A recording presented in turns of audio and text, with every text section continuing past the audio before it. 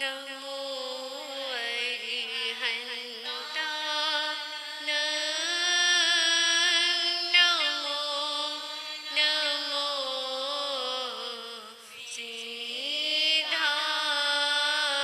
सिद्धानंद नमो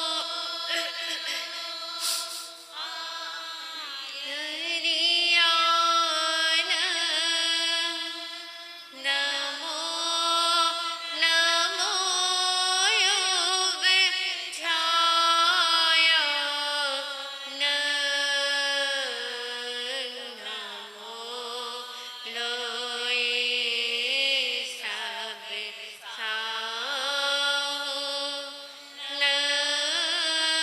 नंगे सो पंच नमो कारो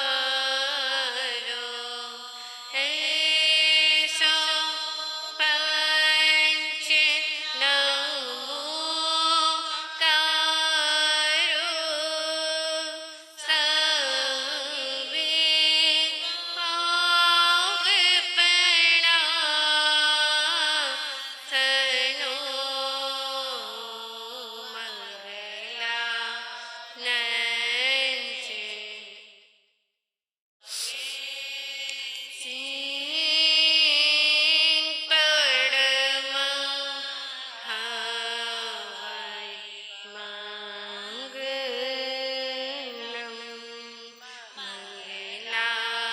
मंगलानंचे सबे सिंह पड़म हवै मंगलम आजा सत्संग में आजा आजा सत्संग में आजा जीवन सफल बना जा मन को तू अपने निर्मल बना जा आजा सत्संग में आजा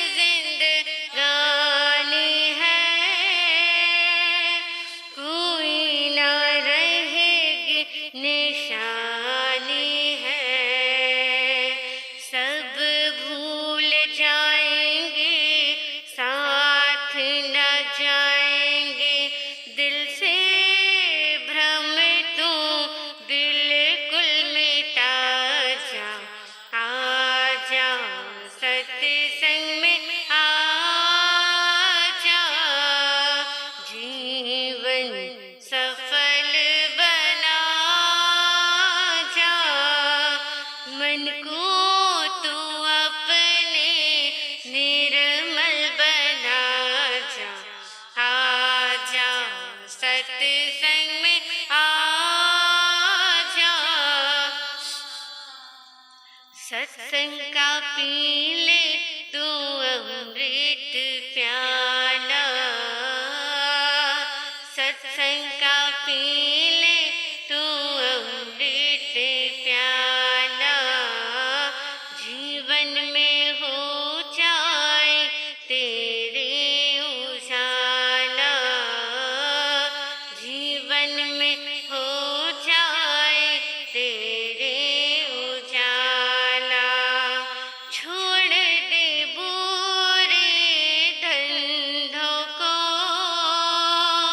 काट दे मोह के फंदों को, छोड़ दे बुरे धंधों को, काट दे मोह के फंदों को, सब कुछ भुला के सत्संग में आके भक्ति को रमा तू लक्ष्य बना जा, आ जा सत्संग में आ जा, जीवन सफल बना जा, मन को तू अपने निर्मल बना जा, आ जा सत्संग में आ जा। थोड़ा सा वो भाग्य ही ने है जिसके घर संतान नहीं, थोड़ा सा वो भाग्यहीन है जिसके घर संतान नहीं, सबसे बढ़कर भाग्यहीन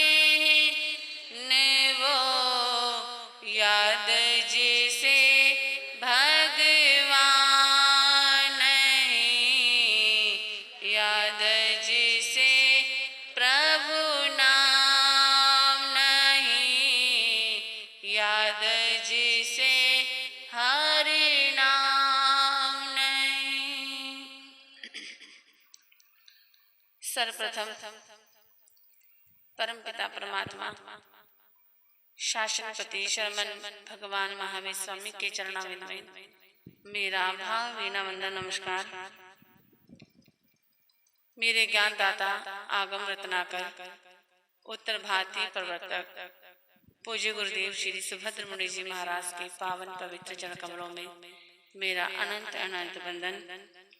परम श्रद्धा परम आराध्या पूज्य गुरु जी महाराज के चरण सरोजों में मेरा कोटिश नमन।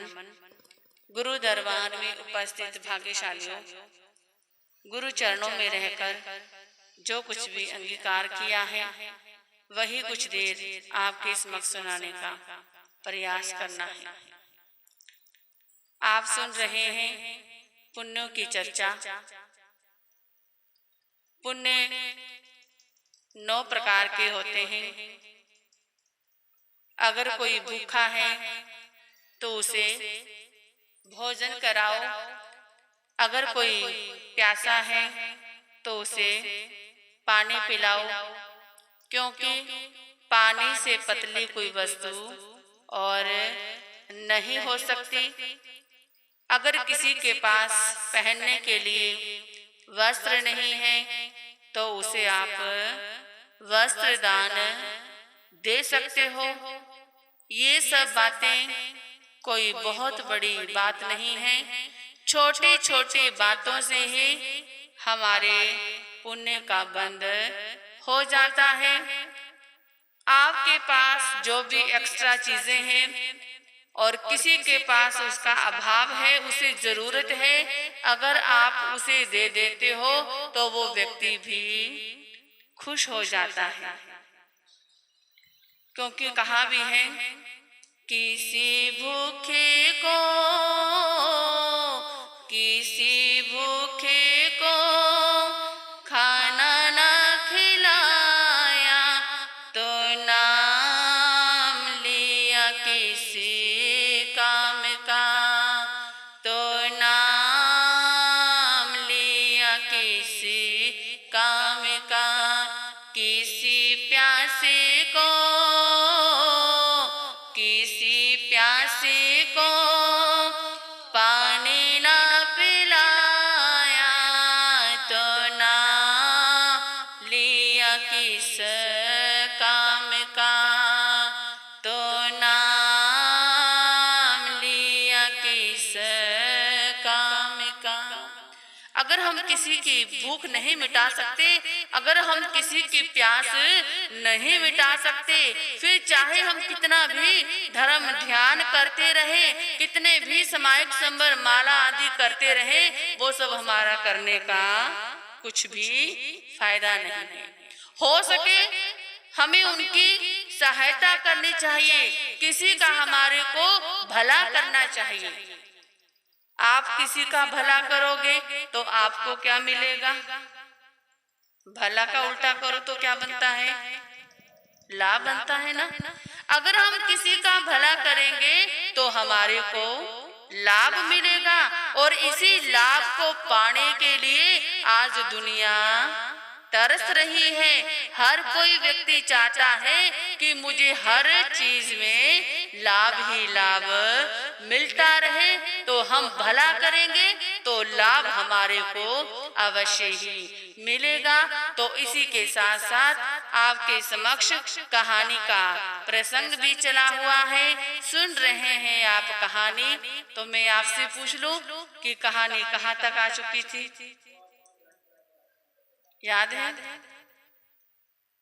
विजय कुमार अपनी बहन के घर से तो वापिस आ चुका था, तो उसने बहन को तो पहचान लिया कि सन्यासी ने जो तीसरी बात कही थी कि वो बात मेरे पर ही लागू हो चुकी है।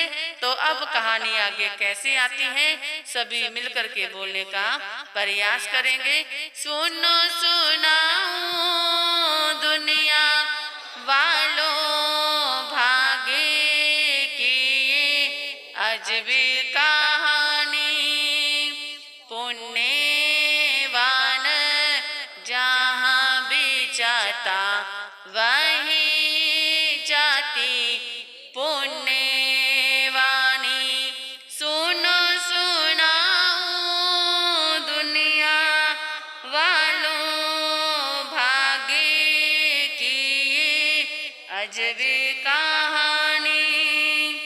पुण्यवान जहाँ भी, पुण्यवानी, पुण्यवान जहाँ भी जाता वहीं जाती पुण्य। अब विजय कुमार सोचने लगा, मुझे सन्यासी की कही हुई चौथी बात भी आजमानी। कौन सी है चौथी बात? त्रिया चरित्र, कि जो मेरी पत्नी है उसका चरित्र किस प्रकार से है। चलो जाते जाते मैं अपने ससुराल घर भी चला जाता हूँ, क्योंकि उसकी पत्नी भी बहुत समय से अपने पीहर घर में आई हुई थी। फिर विचार किया कि अगर मैं ऐसे जाऊंगा तो वो मुझे पहचान लेगी, और मैं अपनी पत्नी के चरित्र के बारे में कैसे पता करूंगा। क्यों ना हो मुझे अपनी हालत को कुछ बदल लेना चाहिए। अब विजय कुमार ने पागलों जैसा हाल बना लिया और चलता चलता जा रहा है। अपने ससुराल में पहुंच जाता है, और जैसे ही गलियों में वो घूम रहा है, पागलों की तरह हरकतें कर रहा है।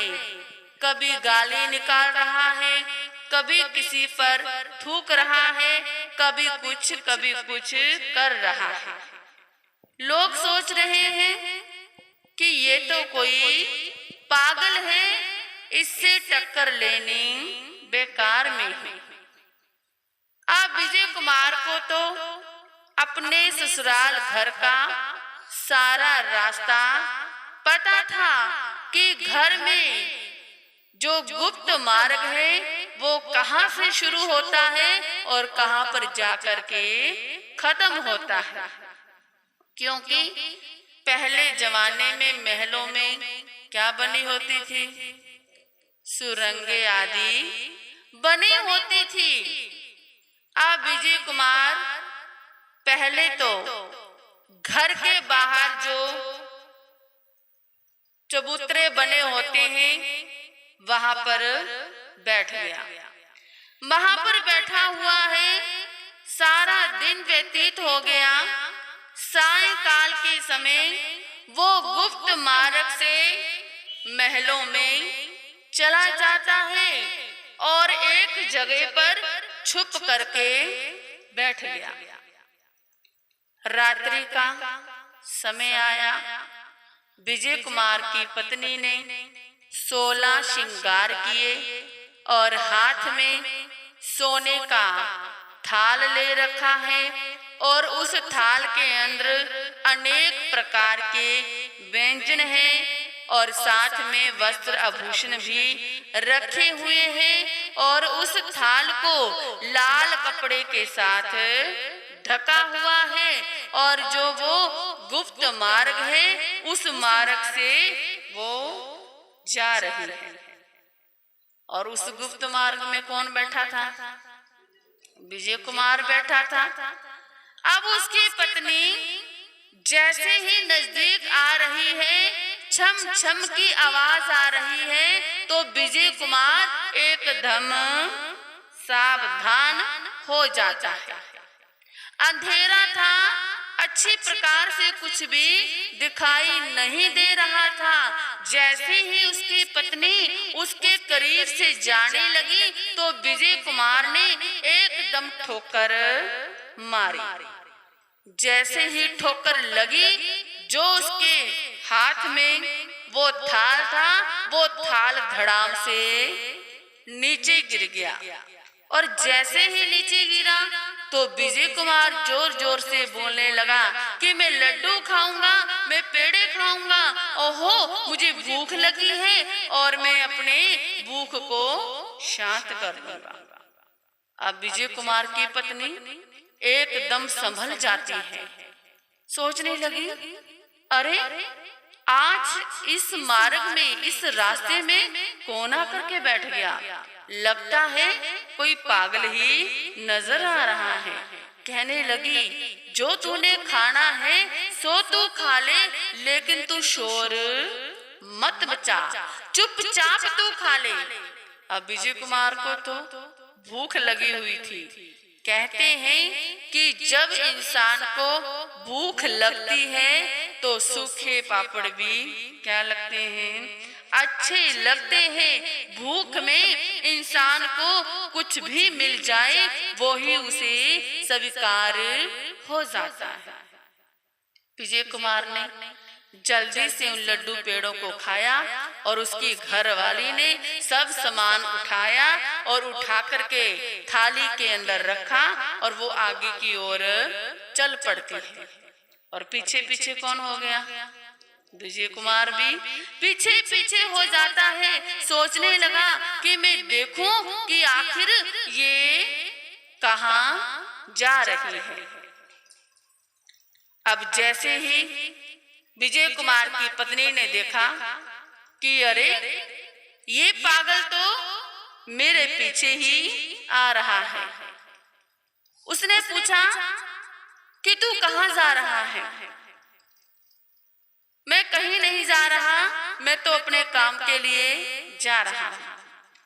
अब विजय कुमार की पत्नी चलती चलती एक नदी के किनारे पहुंच जाते हैं और वहां पर नाव थी, नाव में बैठ जाती है।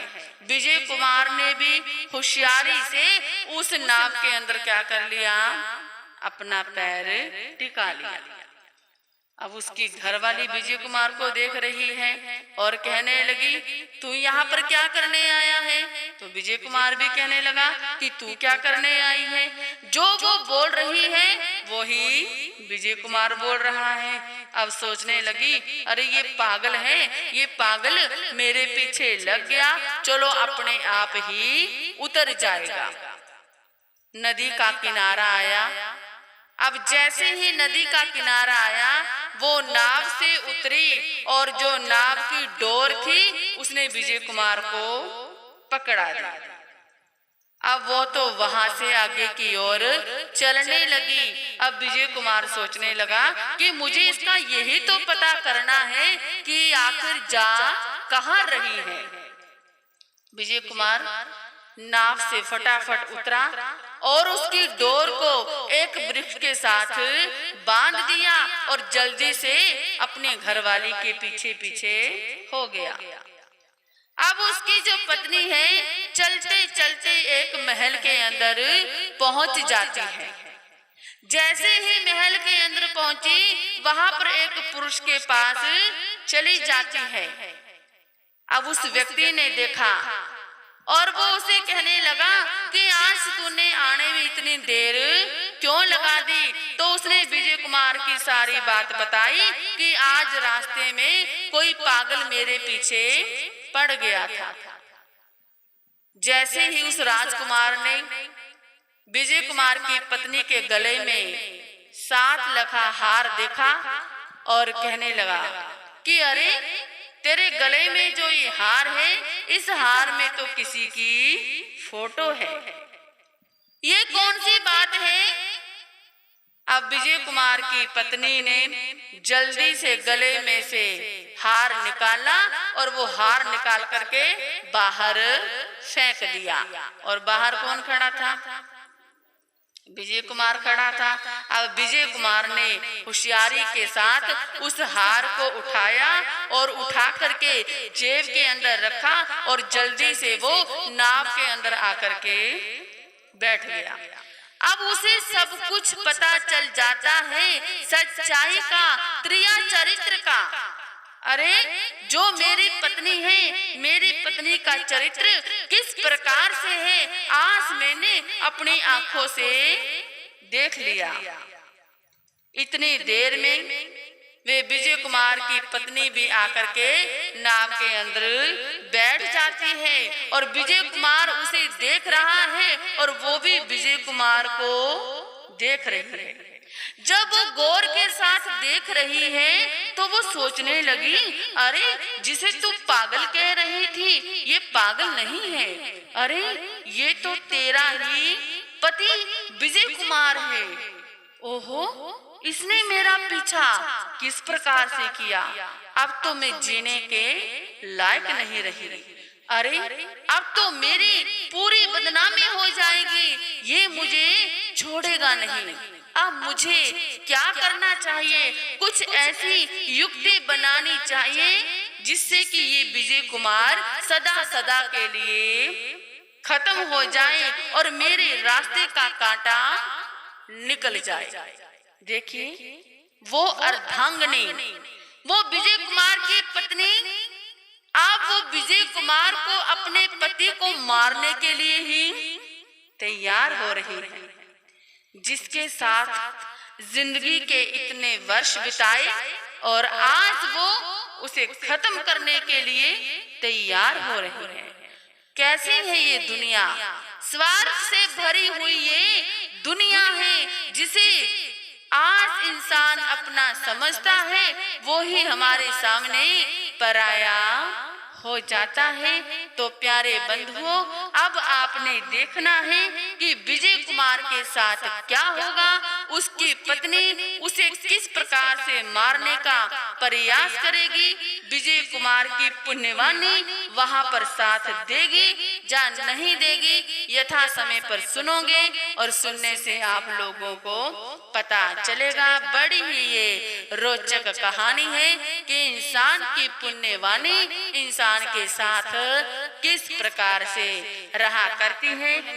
वीर नाम के हीरे मोती, प्रभु नाम के हीरे मोती, वीर नाम के हीरे मोती, मैं बिखराऊं गली गली, ले लो रे कोई भी का प्यारा, शोर मचाऊं गली गली, शोर मचाऊं गली गली, वीर नाम के हीरे मोती, प्रभु नाम के हीरे मोती, मैं बिखराऊं गली गली, ले लो रे कोई भी का प्यारा, शोर मचाऊं गली गली, शोर मचाऊं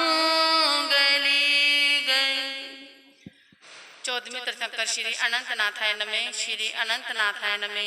सभी ने कैसी माला करनी है और सब्जियों के अंदर आज अरबी की सब्जी नहीं खानी। हाथ जोड़े सभी एक दिन का त्याग रहा। गुरु क्या कैसे भगवान तो क्या कैसे आज के नियम का त्याग। बोलिए शरमन भगवान महावीर। आचार्य सम्राट पूज्य गुरुदेव श्री आत्माराम जी महाराज की। आचार्य सम्राट पूज्य गुरुदेव श्री आनंद ऋषि जी महाराज की। आचार्य सम्राट पूज्य गुरुदेव श्री देवेंद्र मुनि जी महाराज की। वर्तमान आचार्य सम्राट डॉक्टर श्री शिव मुनि जी महाराज की। आगम रत्नाकर उत्तर भारतीय प्रवर्तक पूज्य गुरुदेव श्री सुभद्र मुनि जी महाराज की। शासन प्रभाविका उप प्रवर्तने पूजा गुरुने महासाध्वी श्री कैलाशवती जी महाराज की। संयम सिद्धेश्वरी महासाध्वी पूजा गुरुने श्री कुसुम प्रभा जी महाराज की। शमनी गौर महासाध्वी पूजा गुरुने श्री शक्ति प्रभा जी महाराज की। जैन धर्म की संसार के सभी महान पुरुषों की। श्री चतारी मंगलम, अरिहंता मंगलम, सिद्धा मंगलम, साहू मंगलम, केवली पुनतो धम्मो मंगलम। चतारी लोकमा, अरिहंता लोकमा, सिद्धा लोकमा, साहू लोकमा, केवली पुनतो धम्मो लोकमा। चतारी शरणं पौयामि, अरिहंते शरणं पौयामि, सिद्धे शरणं पौयामि, साहू शरणं पौयामि, केवली पुनतो धम्मं शरणं पौयामि। अरिहंता जी का शरणा, सिद्धा जी का शरणा, साधा जी का शरणा, केवली पुरूपी दया धर्म का शरणा। ये चार शरण दुखी हरने जगत, और न शरणा कोई होगा।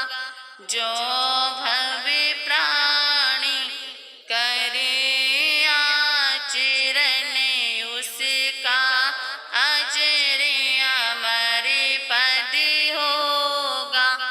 उसका सदा ही मंगल होगा। बोलिए शांतिनाथ भगवान की जय।